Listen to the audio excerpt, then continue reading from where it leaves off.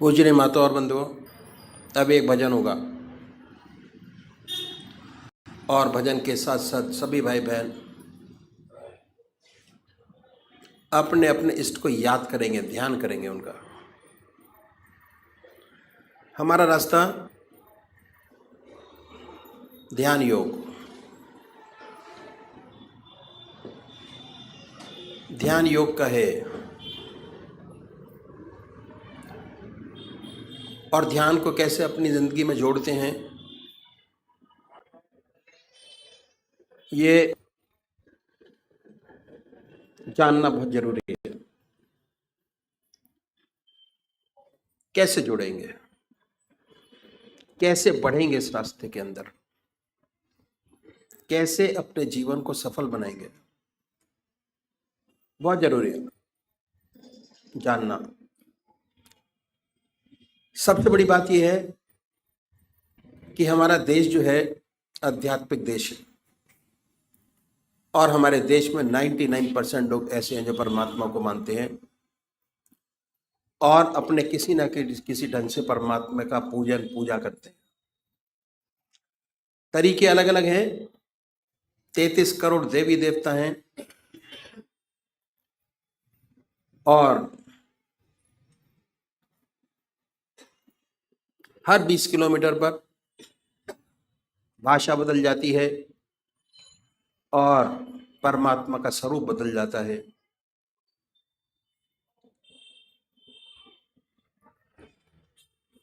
तो हम सब लोग जानते हैं कि परमात्मा ने हमें विवेक बुद्धि दी है, कर्म करने का अधिकार दिया है। बाकी 84 लाख योनियां भोग योनियां हैं। कितना सुंदर परमात्मा ने ये योनि हमको दी। परमात्मा की साया जब से पैदा हुए तब से हमारे साथ है और जब हम इस जहान को छोड़ के जाएंगे तब भी हमारे साथ है। समझने की जरूरत है कि कैसे परमात्मा की कृपा जन्म से अंत तक हमारे साथ है और ये मनुष्य जीवन के अंदर ही समझा जा सकता है और कोई योनि ऐसी नहीं है जो समझा सकती हो। परमात्मा ने बड़ी असीम दया कृपा कर हमको मनुष्य योनि प्रदान की। सबसे बड़ी देन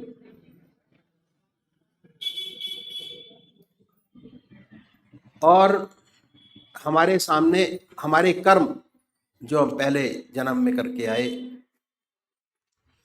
कितने जन्मों के सत्कर्म हैं हमारी आत्मा के साथ, वो ये कि हमको परमात्मा ने फ्री कर दिया। बिल्कुल सब कुछ किया जा सकता है और जो आज कर रहे हैं उसका फल भोग आगे प्राप्त करेंगे। तो इसलिए जिस कर्म को पहले करके आए अगर उसी कर्म को बढ़ाएंगे हमारा जीवन बड़ा सुंदर और ये जीवन क्या अगले जो जीवन होंगे वो भी बड़ी सुंदर और सुखद पूर्ण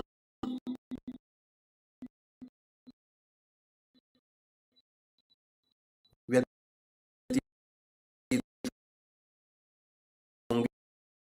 ये तो हो गई प्रेजेंट। तो सबसे पहले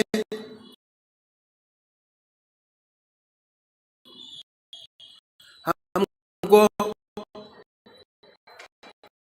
क्या करना है, हम मंदिर जाते हैं, भजन करते हैं, कीर्तन करते हैं, आरती करते हैं, ये पहले तरीके की पूजा।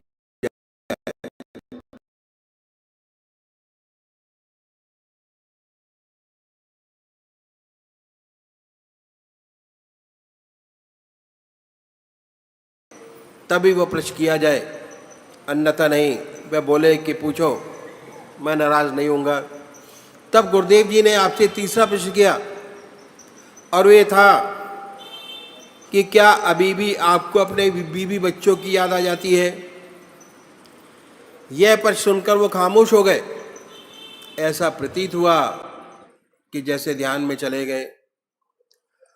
कुछ समय बाद आंखें खोली और कहने लगे कि बच्चा, सच तो यही है कि हमें अपने बीवी बच्चों की याद आ जाती है, और जब मैं अपने गांव के पास से निकल जाता हूं, जहां का रहने वाला हूं, तो ये याद बिल्कुल ताज़ा हो जाती है कि ये मेरी बीवी, ये मेरे बच्चे, ये मेरा घर, ये मेरा मकान, ये मेरा खेत, ये मेरी दुकान। अब बच्चे बड़े हो गए और उन्होंने काम काज संभाल लिया।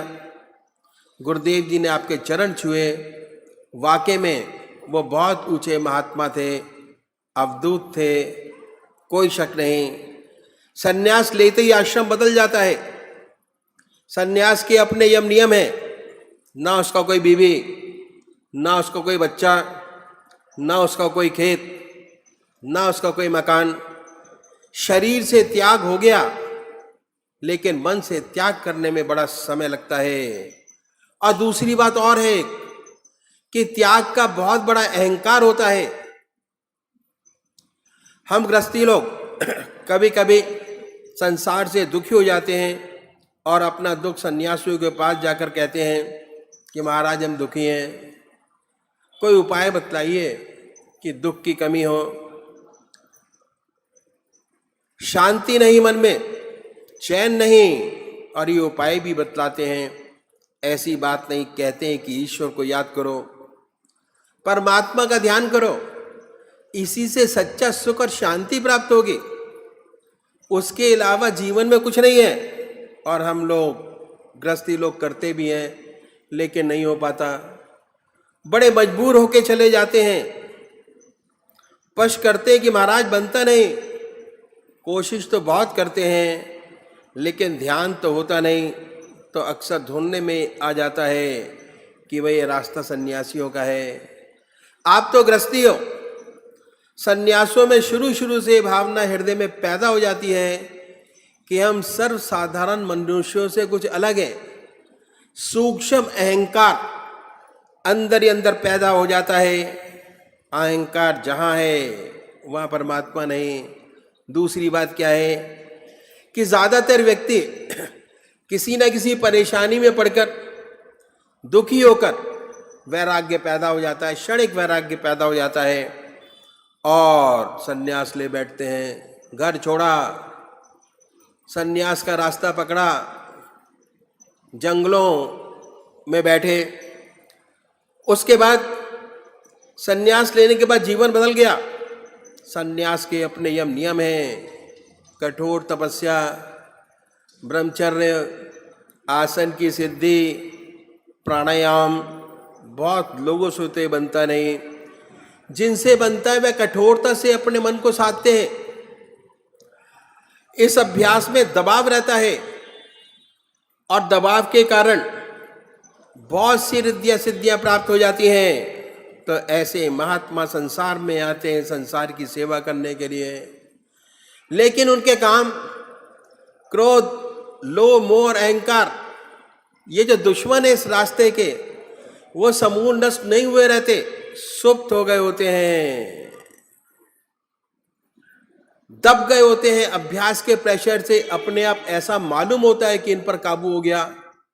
पर होता क्या है कि जब ये संसार में आते हैं और संसारिक वस्तुओं से फिर दोबारा संपर्क होता है, तो सुनाई पड़ता है कि विख्यात सन्यासी महात्मा थे, अमेरिका चले गए। ऐसी बहुत सी अनहोनी बातें सुनाई पड़ती हैं। तो वजह यही है कि जब तक काम, क्रोध, लोभ मोह अहंकार से छुटकारा नहीं मिलता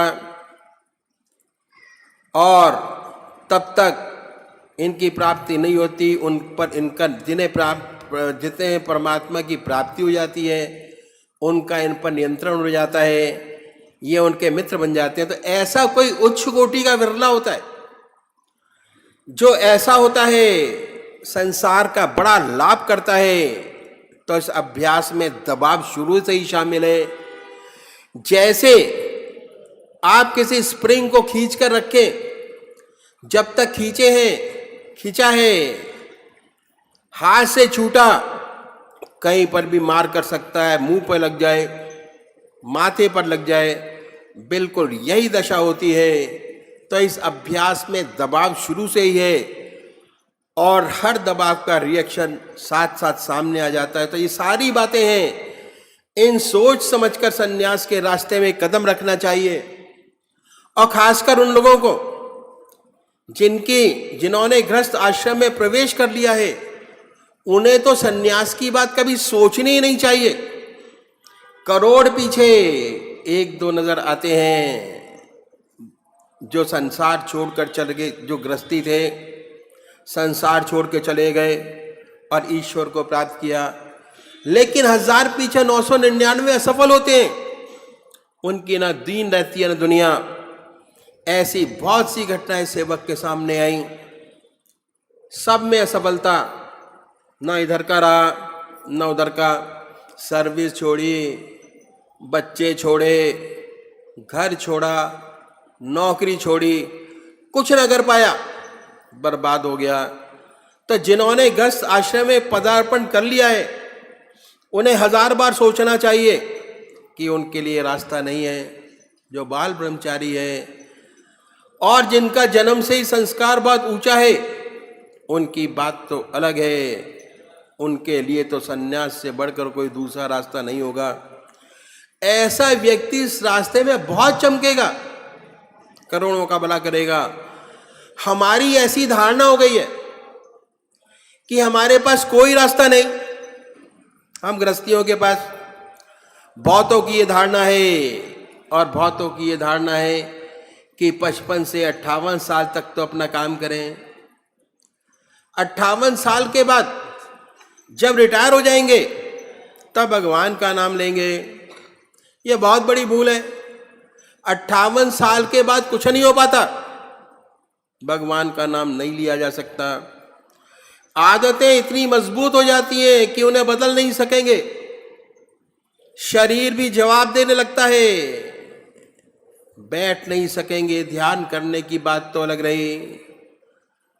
तो अधिकतर लोगों की ये भावना है कि 58 साल के बाद पूजा पाठ करेंगे, परमात्मा का नाम लेंगे। ये बहुत बड़ी भूल है, फिर नहीं बनेगा, बहुत गलत है। जो कुछ बनेगा आज बनेगा, अभी बनेगा। तो गृहस्थियों का रास्ता ही बहुत पुराना है, जिसे हमने भुला दिया। ऐसा ऊंचा रास्ता। आपने राजा जनक का नाम सुना होगा। राजा जनक को विदय कहते थे। कितना बड़ा महात्मा, कितना बड़ा ब्रह्म ज्ञानी हुआ। उसके जमाने के महर्षि अपने शिष्यों को उनके पास भेजते थे परीक्षा के लिए कि राजा जनक कह दे ब्रह्म ज्ञानी है, नहीं तो नहीं। वह राजा था और राजा की सारी सुविधाएं उसके ऊपर थी और इतना कार्यभार उनके ऊपर था, कितनी जिम्मेदारियां थी। उन सब जिम्मेदारियों को भली भांति निभाते हुए इतना ऊंचा ब्रह्म ज्ञानी। हमारे आपके पास तो जिम्मेदारियां बहुत कम है। जब एक राजा ब्रह्म ज्ञानी हो सकता है तो हम आप क्यों नहीं हो सकते? जरूर हो सकते हैं। तो ये रास्ता बहुत पुराना है जो मैं आपके सामने रखूंगा। इसे कहते हैं इति मार्ग। इस रास्ते में हम अपने जीवन में एक चीज बढ़ाते हैं, घटाते नहीं। क्या? अपनी जिंदगी में एक चीज बढ़ाते हैं, और वो क्या है? वह है परमात्मा का नाम, भगवान का नाम। और परमात्मा का नाम एक ऐसी बड़ी ज्योति है, अगर सच्चे तरीके से हृदय में जागृत हो जाए चाहे किसी भी धर्म का मानने वाला हो, किसी भी धर्म का अनुयायी हो, सच्चे तरीके से अपने मन में आ जाए तो अंधेरे को अपने आप दूर करती चली जाती है। जहां प्रकाश है परमात्मा का, वहां अंधेरा नहीं। प्रकाश आया, अंधेरा गया। वाल्मीकि महर्षि उल्टा नाम जपते जपते इतने ऊंचे महर्षि हुए कि उन्होंने रामायण पहले लिख दी, घटना बाद में घटी, लिख दिया ऐसा ऐसा होगा और वैसा वैसा हुआ। ऐसे उनके जीवन में परिवर्तन आया कि उल्टा नाम लेते लेते इतना ऊंचा महान महर्षि हुए। और तो ये ऐसा प्रकाश है, ऐसा उजाला है, अगर सच्चे तरीके से हृदय में जागृत हो जाए तो अंधेरे को अपने आप दूर करता चला जाता है। तो छोड़ना कुछ नहीं है। जैसी भी आपकी आज की जिंदगी है, उसी में रहते हुए सिर्फ एक चीज बढ़ाना है, वो है परमात्मा का नाम। एक चीज बढ़ाइए अपनी जिंदगी में। वो चीज लगते ही आपके अंदर जो अनुभव महसूस होंगे वो आप ही समझ सकते हैं, कोई दूसरा समझ नहीं पाएगा। तो छोड़ना कुछ नहीं है। जो आज आपकी जिंदगी है उसमें एक चीज बढ़ाइए। इस रास्ते पे चलने वाले जो हमारे सदगुरु हुए, एक के पीछे एक, उन्होंने परमात्मा को पाने के लिए, जीवन मुक्त अवस्था प्राप्त करने के लिए अपनी जिंदगी में बड़े कष्ट उठाए। उनकी जिंदगी बड़ी कठोर थी। बड़ी कठिनाइयों से रहते हुए इस विद्या को न केवल प्राप्त किया, पर हमारे लिए एक रास्ता छोड़ गए। अगर इस रास्ते को अपनाएं, हमारा जीवन बड़ा सुंदर और अच्छा हो जाए। और ये हमारा लक्ष्य है कि हम जीवन मुक्त अवस्था प्राप्त करें। कैसे? निरंतर परमात्मा की याद, संन्यास से, कर्म से, ध्यान से, ग्रस्त से जीवन मुक्त अवस्था प्राप्त कीजिए। प्राणी में दो बात विशेष पैदा हो जाती है। पहला, निरंतर परमात्मा की याद, 24 घंटे भगवान का ध्यान निरंतर बना रहता है।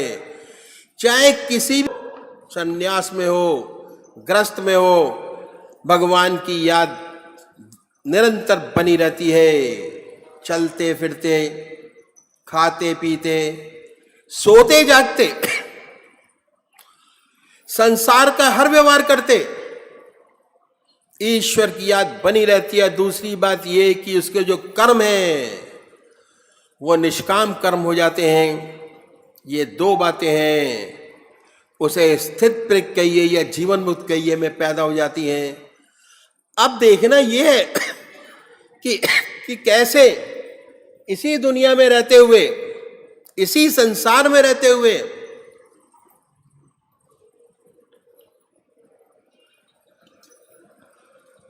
संसार के सब काम करते हुए धर्म के अनुसार हमें 24 घंटे का ध्यान कैसे बने, कैसे उस परमात्मा का ध्यान बने, और कैसे हमें निष्काम कर्म करने की आदत बन जाए।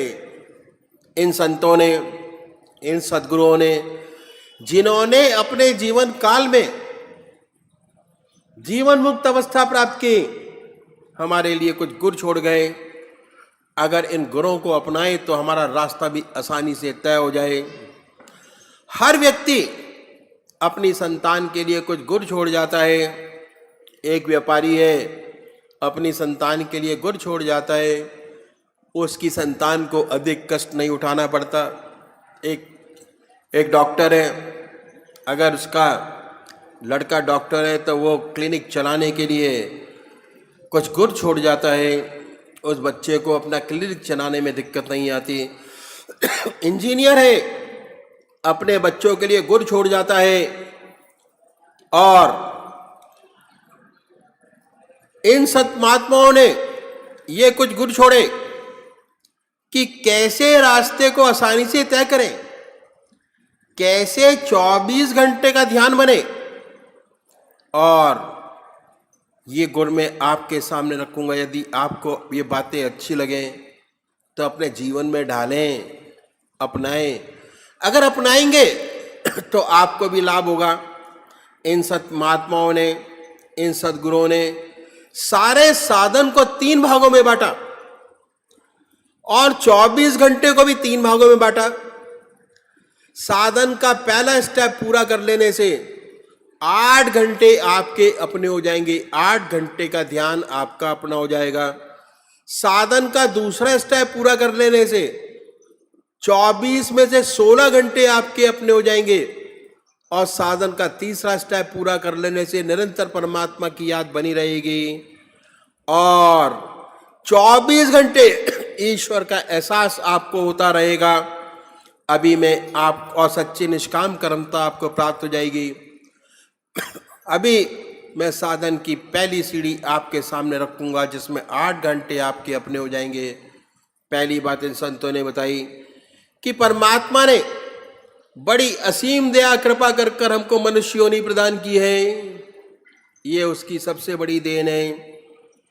और मनुष्य एक ऐसी योनि है जिसमें परमात्मा ने हमें विवेक बुद्धि दी है, कर्म करने का अधिकार दिया है और बाकी 84 लाख योनियां भोग योनियां हैं।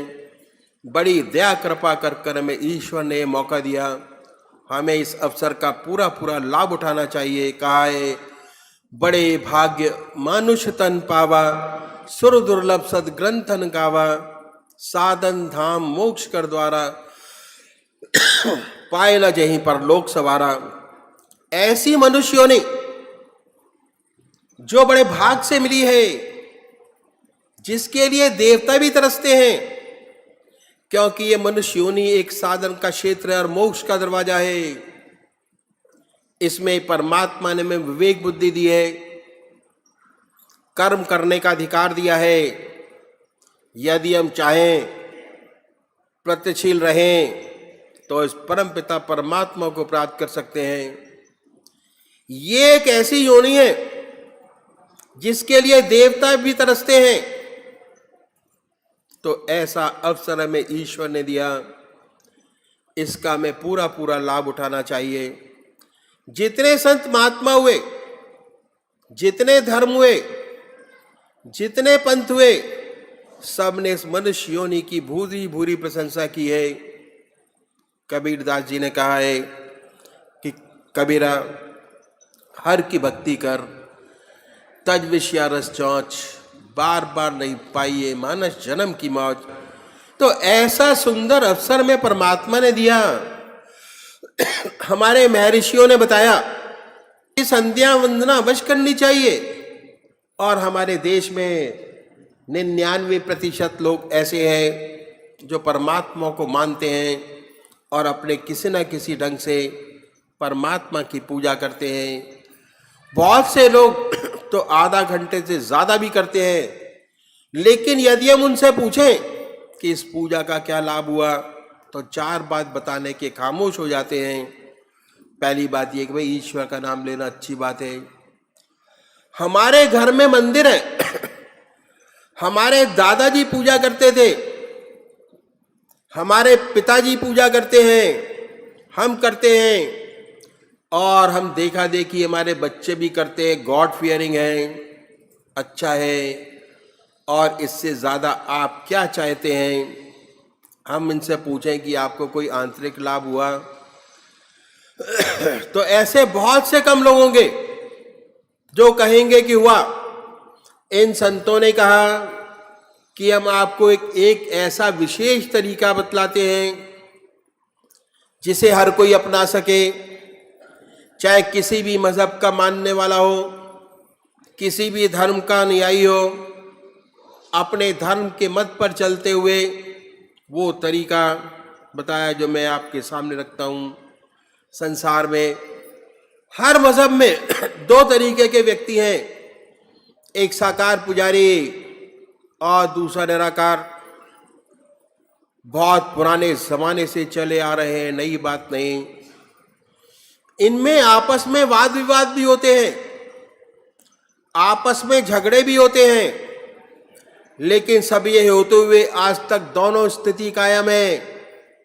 बात ऐसी है कि मनुष्य का स्वभाव कुछ ऐसा ही है, किसी को चेहरे से प्यार होता है, किसी को शक्ल से प्यार होता है, किसी को मूर्ति से प्यार होता है, और कुछ लोगों को शक्ल से प्यार नहीं होता। जिन्हें शक्ल से प्यार होता है वह है साकार पुजारी, और जिन्हें शक्ल से प्यार नहीं होता वह निराकार। इन संतों ने दोनों के लिए रास्ता बताया। जो साकार पुजारी है उनका प्रथम कार्य एक इष्ट का निश्चित करना। अपनी आत्मा से पूछिए कि भगवान की कौन सी मूर्ति आपको सबसे ज्यादा प्यारी लगती है, जिसमें आप भगवान की सबसे ऊंची भावना डाल सकते हो। उसे अपनाइए, उसे अपना इष्ट माने, उसी की पूजा करें, उसी का ध्यान करें, उसी को याद करें, उसको कभी बदले नहीं।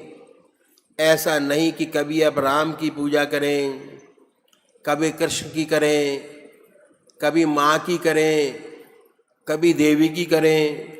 अगर रोज रोज बदलेंगे तो इसका विशेष लाभ आपको नहीं होगा। पूजा का जो मकसद है वह चित्त की एकाग्रता प्राप्त करना।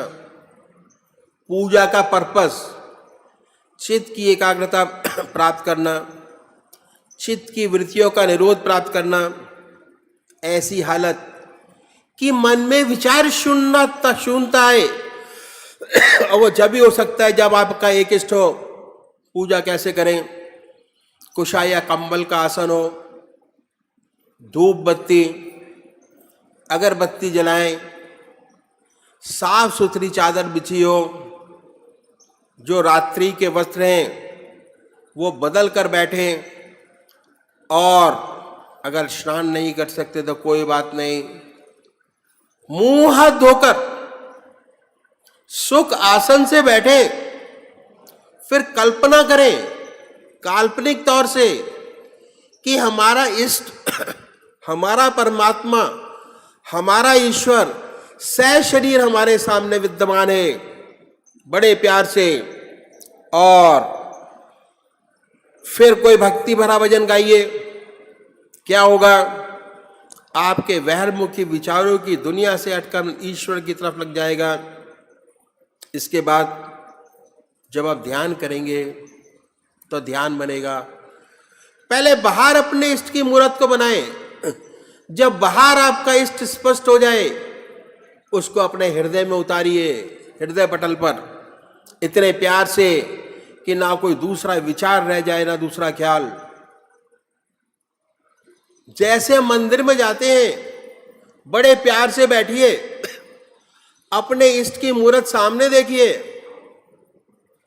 उसके बाद जब वो बड़े प्यार से आंख मीचिए, अपने आंखों के पटल के सामने उस मूर्त को बनाए, और जो मूर्त स्पष्ट बनने लगे, अपने हृदय में उस मूर्त को उतारिए। उसके बाद बड़े प्यार से बैठाइए, इतने प्यार से कि ना कोई दूसरा विचार रह जाए, ना ख्याल। हमारी आत्मा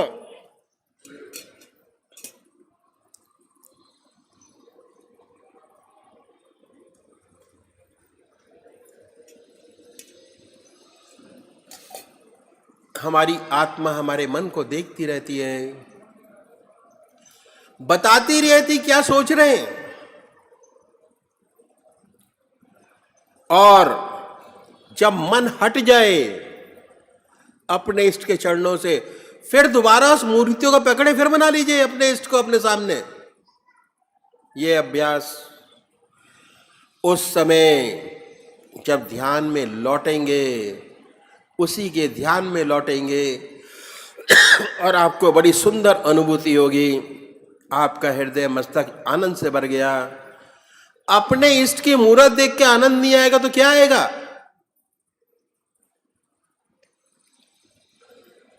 जैसे ही आपने अपने परमात्मा को अपने सामने बनाया, उनके दर्शन देख के मन कितना प्रसन्न होगा। और वो अपने आंखों के पटल पे बनाएंगे तो कितनी सुंदर अनुभूति होगी। और जैसे ही वो आपके हृदय पटल पर बने, फौरन पकड़ लीजिए, अपने हृदय में उस मूर्त को उतार लीजिए। हृदय मस्तक से आनंद भर गया, जितना मस्तक पर भार था वो हल्का हो गया। ये तरीका जन संत महात्मा ने बताया साकार पुजारियों के लिए। ऐसे पूजा करेंगे तो विशेष लाभ होगा, चित्त की एकाग्रता प्राप्त होगी और सुषुप्ति की अवस्था प्राप्त होगी। ये रास्ता है सुषुप्ति की अवस्था प्राप्त करने का। और उसके बाद धीरे धीरे सुषुप्ति से सहज समाधि में प्रवेश करेंगे और एक दिन उनका अनुभव होने लगेगा कि वो हमेशा उनकी छत्र छाया में हम चल रहे हैं। दूसरे वो भाई हैं जो निराकार भगवान के उपासक हैं, परमात्मा को मूर्ति में नहीं मानते, भगवान के नाम को पकड़ें और उस नाम को चुने जो आपकी आत्मा को सबसे प्यारा लगता हो। ओम, अल्लाह, वाहेगुरु।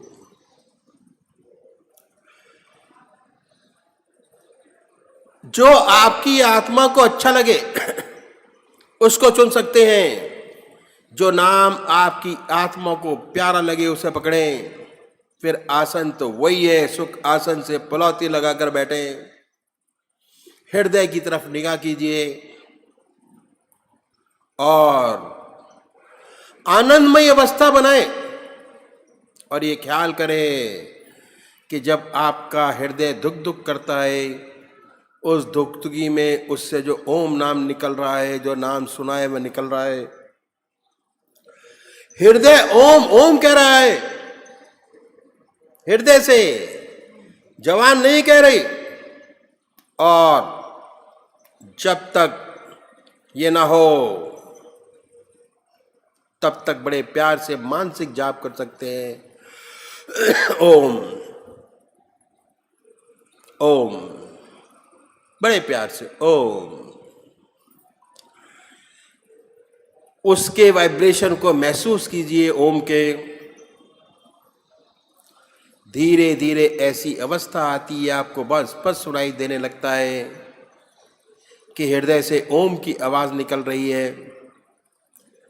ऐसी हालत पैदा होती है, ना कोई दूसरा ख्याल रहता ना विचार। उस ओम में ऐसे तल्लीन हो जाते हैं कि सिर्फ वही रहता है, ना कोई दूसरा विचार रहता है ना ख्याल।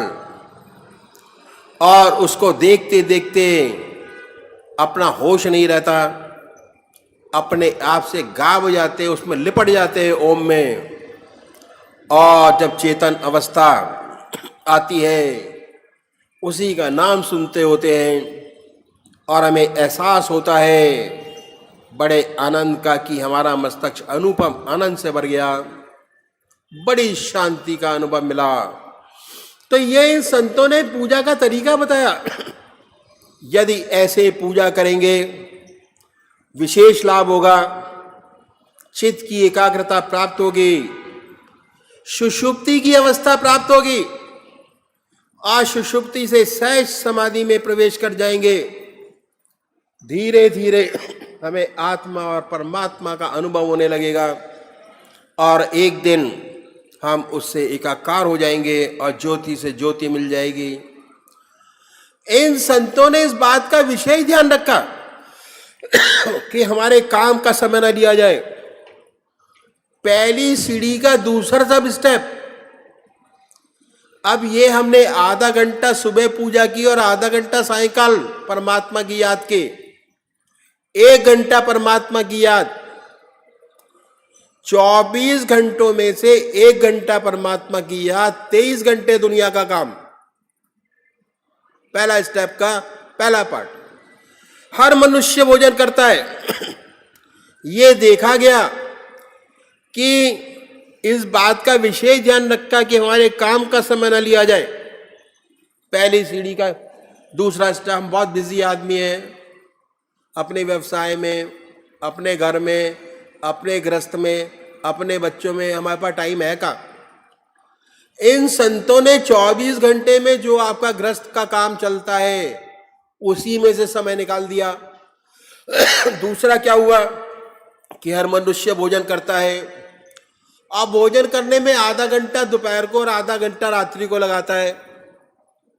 यह समय ऐसा है कि खाली है और कोई काम नहीं कर रहे होते। इसमें भोजन हमारे सामने होता है, हम उसका भोजन का पान करते हैं। अब हुआ क्या? भोजन के तरीके में परिवर्तन लाना पड़ेगा। और वास्तव में हमारा जो पुराना कल्चर था वो यही था, जो मैं आपके सामने रखूंगा। बहुत पुराना कल्चर था और ये अभी भी अपनाया जाता है गांव में। शहरों में क्या हुआ कि वेस्टर्न कल्चर की छाप पड़ी और हमारा स्टैंडर्ड 2.5 फुट ऊंचा हो गया। पश्चिम सभ्यता, पहले जमीन पर बैठकर भोजन करते थे, अब मेज कुर्सी पर बैठकर भोजन करते हैं। इसमें कोई नुकसान नहीं। हर्ष क्या है? हमारा स्टैंडर्ड 2.5 फुट ऊंचा, अब मेज कुर्सी पर बैठकर भोजन करते हैं।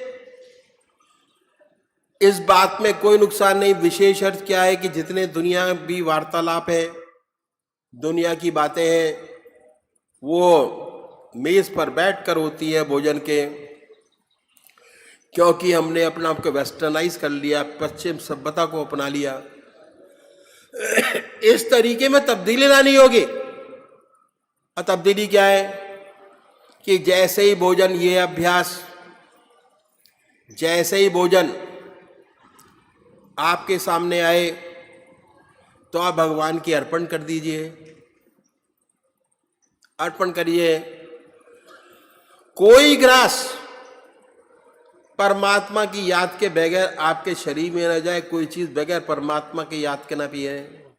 ये अभ्यास, अगर ये अभ्यास 15 दिन आपने फॉलो कर लिया तो 16वें दिन आपके मन को ऐसी आदत बन जाएगी कि अगर छूट गया तो बाद में गिलानी होगी कि अब तो वो काम छूट गया, आज कल फिर करेंगे या शाम को याद करके करेंगे। जिस काम को बार बार हम लोग करते हैं, मन उसको करने की आदत बना लेता है, रिपीटेड। ये हमारे शरीर का विशेष लाभ है मन का, कि मन जिन कर्मों को बार बार रिपीटेडली करता है, मन उनको आदत बना लेता है और उसके बाद उसी के अनुसार शरीर चलने लगता है। ठीक है? तो अब क्या हुआ? अब क्या हुआ कि आपने कोई भी चीज बगैर परमात्मा के याद के न की, न पी, न खाया, न पिया। भोजन की एक विशेषता है, बल्कि मन की एक विशेषता है कि भोजन जिन विचारों में डूब कर किया जाता है, जो खून बनेगा उन्हीं विचारों में रखा रंगा हुआ बनेगा। और आप जब भोजन भगवान की याद में करेंगे तो दिन में जब भी खाली होंगे, ऑटोमेटिक परमात्मा की याद आएगी स्वतः। अब आपको प्रयास करने की जरूरत नहीं। जैसे भोजन की थाली आपके सामने आई, 17वें दिन ऑटोमेटिक परमात्मा की याद हो आई। और जब तक आप भोजन करते होंगे, ऑटोमेटिक परमात्मा की याद में डूब के करते होंगे, ना कोई दूसरा ख्याल होगा, ना कोई दूसरा विचार होगा। भक्ति के लिए जब तक आपका खून नहीं बदल जाता, भक्ति नहीं आती। सात्विक भोजन सात्विक विचार, तामसिक भोजन तामसिक विचार। तो भोजन पर इन संतों ने बड़ा भारी जोर दिया कि भोजन परमात्मा की याद में डूब कर करेंगे, ऑटोमेटिक परमात्मा की याद आएगी। इन संतों ने भगवान श्री कृष्ण ने गीता में साधक की दृष्टि से 4 विशेष बात बतलाई। पहला आहार की शुद्धि, दूसरा विहार की शुद्धि, तीसरा अभ्यास और चौथा वैराग। ये है अभ्यास, आहार की शुद्धि। और कितना सरल तरीका बताया हमारे संत महात्माओं ने कि परमात्मा की याद में डूबकर भोजन कीजिए, ऑटोमेटिक आहार शुद्ध हो जाएगा आपका, आपको प्रयास नहीं करना पड़ेगा, ऑटोमेटिक शुद्धता आती चली जाएगी। जो भी करेंगे परमात्मा की याद में रंगा हुआ होगा। जब भी आप खाली होंगे ईश्वर की याद स्वतः ही आएगी, क्योंकि आप भोजन परमात्मा की याद में डूबकर कर रहे हैं। क्योंकि आप परमात्मा की याद में डूबकर भोजन कर रहे हैं। आधा घंटा दोपहर को और आधा घंटा रात्रि को। उसके बाद जब पूजा करते हैं तब भी आधा घंटा पूजन करते हैं सुबह को और आधा घंटा शाम को। अब आपके पूजा के 2 घंटे हो गए। आधा घंटा सुबह पूजन, आधा घंटा सायंकाल, आधा घंटा दोपहर भोजन, आधा घंटा रात्रि भोजन, 2 घंटे का समय आपके पूजा का हो गया। और सबसे बड़ी बात क्या हुई, स्वादेंद्रिय निग्रह पे इन संतों ने बड़ा भारी जोर दिया। स्वाद पर कंट्रोल करने के लिए बड़ा सुंदर और सब तरीका इन संतों ने बताया। बहुत से महात्मा बहुत कष्ट उठाते हैं स्वाद पर कंट्रोल करने के लिए, स्वादेंद्रिय निग्रह करने के लिए।